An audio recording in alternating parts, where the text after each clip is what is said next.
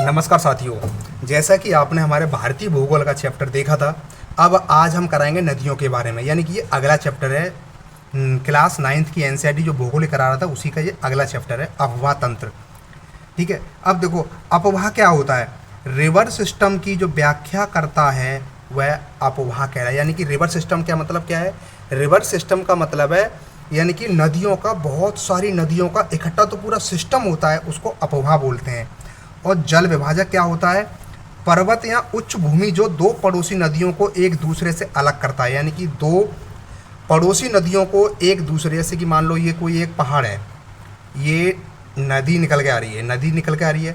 अब ये नदी इधर बट जाए, ये एक नदी इधर बट जाए, क्योंकि ये पर्वत सा पड़ गया, तो ये क्या होता है? जल विभाजक।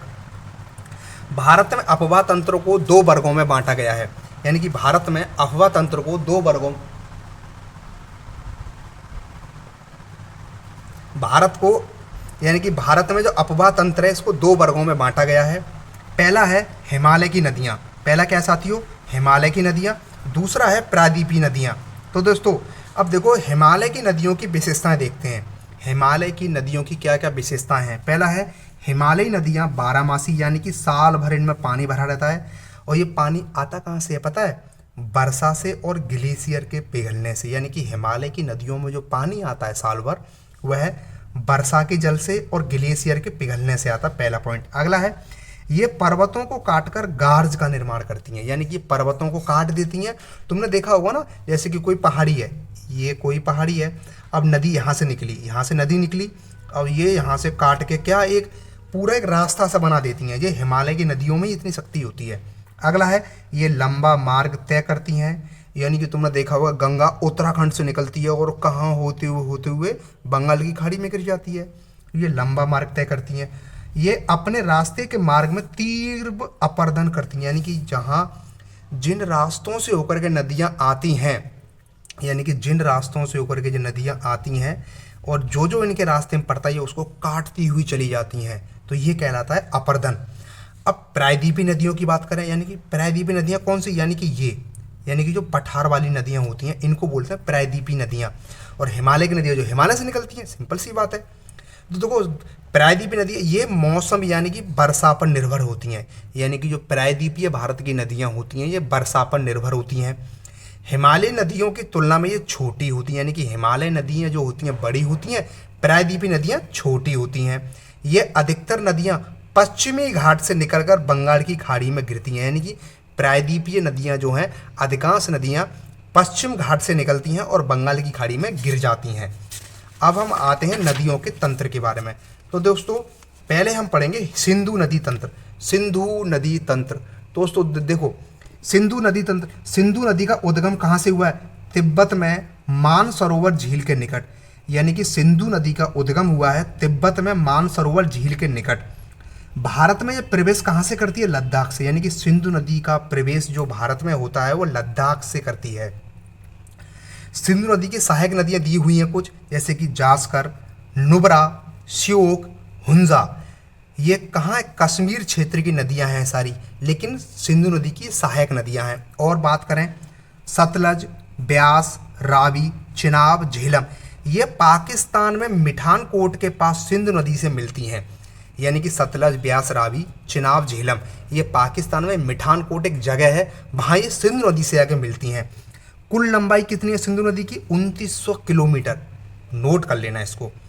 अब दोस्तों आपसे कोई पूछे कि सिंधु नदी की सहायक नदियाँ कौन कौन सी हैं, तो बताना सतलज, ब्यास, रावी, चिनाब, झेलम, ये सभी सहायक नदियाँ हैं। सहायक नदियों का मतलब होता है छोटी छोटी नदियाँ आकर एक बड़ी नदी में मिल जाती हैं, तो उनको सहायक नदियाँ कहते हैं। अब आपके किताब में एक सिंधु जल समझौता दिया हुआ है, यह 1960 में हुआ था, भारत और पाकिस्तान के बीच हुआ है। इसके अनुसार भारत नदी तंत्र का केवल 20% जल ही उपयोग कर सकता है। यानी कि भारत सिंधु नदी तंत्र का केवल 20% ही जल उपयोग कर सकता है, बाकी कौन करेगा? पाकिस्तान। अब दोस्तों गंगा नदी तंत्र को पढ़ते हैं। तो देखो, गंगा नदी तंत्र, बात करें गंगा की कौन कौन सी मुख्य धाराएं हैं, तो देखो भागीरथी, ये गंगोत्री ग्लेशियर से निकलती है।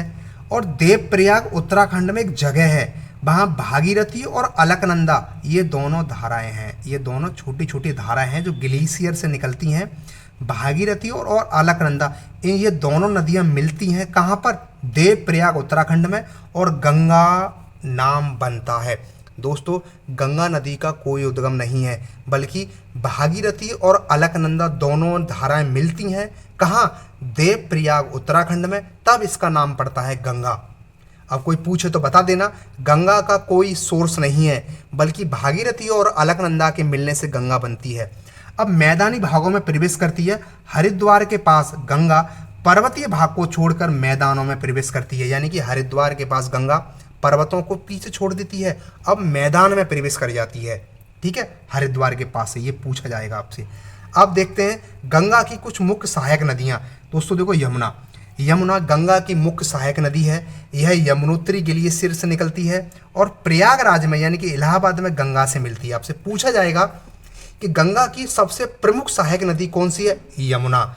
और यमुना किससे निकलती है? यमुनोत्री ग्लेशियर से निकलती है। और ये गंगा से कहाँ मिलती है? ये प्रयागराज में मिलती है। अब देखो, गंगा की कुछ सहायक नदियां भी हैं, जैसे घाघरा है, गंडक, कोसी। ये नेपाल की है कोसी, इसे बिहार का शोक भी कहते हैं। अब देख लेते हैं प्रायद्वीपीय पठार में, यानी कि कुछ नदियां ऐसी हैं जो प्रायद्वीपीय पठार से निकलती हैं लेकिन गंगा की सहायक नदियां हैं, जैसे कि चंबल, बेतवा, सोन। ये प्रायद्वीपीय पठार से निकलती हैं और गंगा में मिल जाती हैं। अब आगे देखो, गंगा बड़ी मात्रा में जल लेकर पूर्व दिशा पश्चिम बंगाल के फरक्का तक बहती है, यानी कि गंगा, अब देखो इतनी सारी नदियां हैं, इनका जल गंगा ने अपने में समा लिया। अब गंगा बहुत बड़ी मात्रा में जल लेकर किधर जाती है? पूर्व दिशा की ओर, यानी कि जिधर पश्चिम बंगाल है। और पश्चिम बंगाल में एक जगह है फरक्का बांध भी बना हुआ है पश्चिम बंगाल में, वहाँ तक बहती है। और यहाँ गंगा दो भागों में बट जाती है। एक धारा हुगली के रूप में जानी जाती है, और एक धारा कहाँ हो जाती है? एक धारा दक्षिण की ओर बहती है और बांग्लादेश में प्रवेश करती है एवं ब्रह्मपुत्र नदी से आकर मिल जाती है, यानी कि जैसे ही पश्चिम बंगाल में ये गंगा पहुंचती है, दो धाराओं में बट जाती है। एक धारा हुगली नदी कहते हैं, एक धारा ब्रह्मपुत्र नदी से मिल जाती है बांग्लादेश में। अब दोस्तों, जैसे ही ब्रह्मपुत्र और गंगा नदी मिलती है, एक डेल्टा का निर्माण होता है, सुंदरबन का डेल्टा पश्चिम बंगाल में। ये पूछा जाता है कि सुंदरबन का डेल्टा किन नदियों के मिलने से बना है? तो ब्रह्मपुत्र और गंगा जब दोनों बांग्लादेश में मिलती हैं, कहाँ पर? यानी कि पश्चिम बंगाल में एक डेल्टा बनता है, सुंदरबन का डेल्टा। अब देखो, गंगा और ब्रह्मपुत्र समुद्र में गिरने से पहले मेघना नाम से जानी जाती है, यानी कि गंगा जब ब्रह्मपुत्र से मिलती है लेकिन अभी समुद्र में गिरी नहीं है, गिरने से पहले मेघना के नाम से जानी जाती है। अंत में गंगा बंगाल की खाड़ी में गिरती है। दोस्तों, अब गंगा मैया बंगाल की खाड़ी में समा चुकी हैं। तो आपसे पूछा जाए कि जो गंगा मैया हैं वो बंगाल की खाड़ी में गिरती हैं, अरब सागर में गिरती हैं? तो दोस्तों, बंगाल की खाड़ी में गिरती हैं। अगला है, गंगा मैया की लंबाई है 2500 किलोमीटर, यानी गंगा की लंबाई कितनी है? 2500 किलोमीटर। अब दोस्तों देखते हैं ब्रह्मपुत्र नदी। ब्रह्मपुत्र नदी का उद्गम कहाँ है? तिब्बत की मानसरोवर झील के निकट। तिब्बत की मानसरोवर झील के निकट ब्रह्मपुत्र नदी का उद्गम होता है। यह हिमालय के समानांतर पूर्व की ओर बहती है और नामचा बर्मा शिखर के पास पहुंचकर यू अक्षर जैसा मोड़ बनाकर अरुणाचल से प्रवेश करती है। आपसे पूछा जाएगा कि ब्रह्मपुत्र नदी भारत में प्रवेश किस राज्य से करती है? तो अरुणाचल से करती है। और किस यू आकार की आकृति बनाती है? अब ब्रह्मपुत्र के अन्य नाम हैं, जैसे कि अरुणाचल प्रदेश में इसको दिहांग कहते हैं, यानी कि ब्रह्मपुत्र को अरुणाचल प्रदेश में दिहांग कहते हैं, तिब्बत में इसे सांगपो कहते हैं, और बांग्लादेश में इसे जमुना कहते हैं। अब देखो, ब्रह्मपुत्र नदी को बांग्लादेश में जमुना कहते हैं और गंगा नदी को मेघना कह रहे थे। ठीक है, ये आपको थोड़ा सा याद कर लेना। अब देखो, असम में निर्माण, जब दिहांग, दिबांग और लोहित और केनुला जैसी सहायक नदियां मिलकर असम में ब्रह्मपुत्र नदी का निर्माण करती हैं। दोस्तों, जब दिहांग, दिबांग और लोहित, केनुला ये नदियां जब मिलती हैं तभी नाम पड़ता है ब्रह्मपुत्र, वो भी कहाँ पर? असम में। ये बात आपको याद रखनी है। अगला है प्रायद्वीपी नदी, यानी कि ये वाली जो प्रायद्वीपी यहाँ पे जो नदी निकलती हैं इनके बारे में। तो पहली है नर्मदा नदी। दोस्तों, नर्मदा नदी है, इसका उद्गम अमरकंटक पहाड़ी के पास मध्य प्रदेश में होता है, यानी कि अमरकंटक के पास कौन सा कहाँ है? मध्य प्रदेश में अमरकंटक की एक पहाड़ी है, वहाँ नर्मदा नदी का उद्गम होता है और इसी नर्मदा नदी पर धुआंधार जलप्रपात है। यानी कि धुआंधार जलप्रपात कहाँ पर है? नर्मदा नदी पर। अब यह अरब सागर में गिरती है। आपसे क्वेश्चन पूछा जाएगा कि नर्मदा नदी निकलती तो अमरकंटक पहाड़ी से है मध्य प्रदेश में, लेकिन गिरती कहाँ है? अरब सागर में। ये अरब सागर में जाती है। अब ताप्ती नदी के बारे में, इसका उद्गम मध्य प्रदेश का एक बैतूल जिला है, वहाँ की सतपुड़ा पहाड़ियों से ताप्ती नदी का उद्गम होता है। ताप्ती नदी का उद्गम मध्य प्रदेश की बैतूला जिला की सतपुड़ा पहाड़ियों से होता है। यह मध्य प्रदेश, गुजरात और महाराष्ट्र में बहती है। मध्य प्रदेश, गुजरात और महाराष्ट्र में बहती है ताप्ती नदी। अगली है दोस्तों गोदावरी नदी। ये भी मोस्ट इंपोर्टेंट है। उद्गम कहाँ है? महाराष्ट्र में एक जगह पड़ती है नासिक। नासिक से इसका उद्गम होता है, पश्चिमी घाट से निकलती है और ये प्रायद्वीपीय भारत की सबसे बड़ी नदी है। यानी कि गोदावरी नदी को हम दक्षिण की गंगा भी कहते हैं, क्योंकि ये प्रायद्वीपीय भारत की सबसे बड़ी नदी है। अगला है साथियों, इसकी भी कुछ सहायक नदियां हैं, पूर्णा, बरदा, प्राणहिता, मांजरा, बेनगंगा, पेनगंगा। इसे दक्षिण की गंगा भी कहते हैं, ये लिख दिया है मैंने, ठीक है। अब देखते हैं दोस्तों महानदी।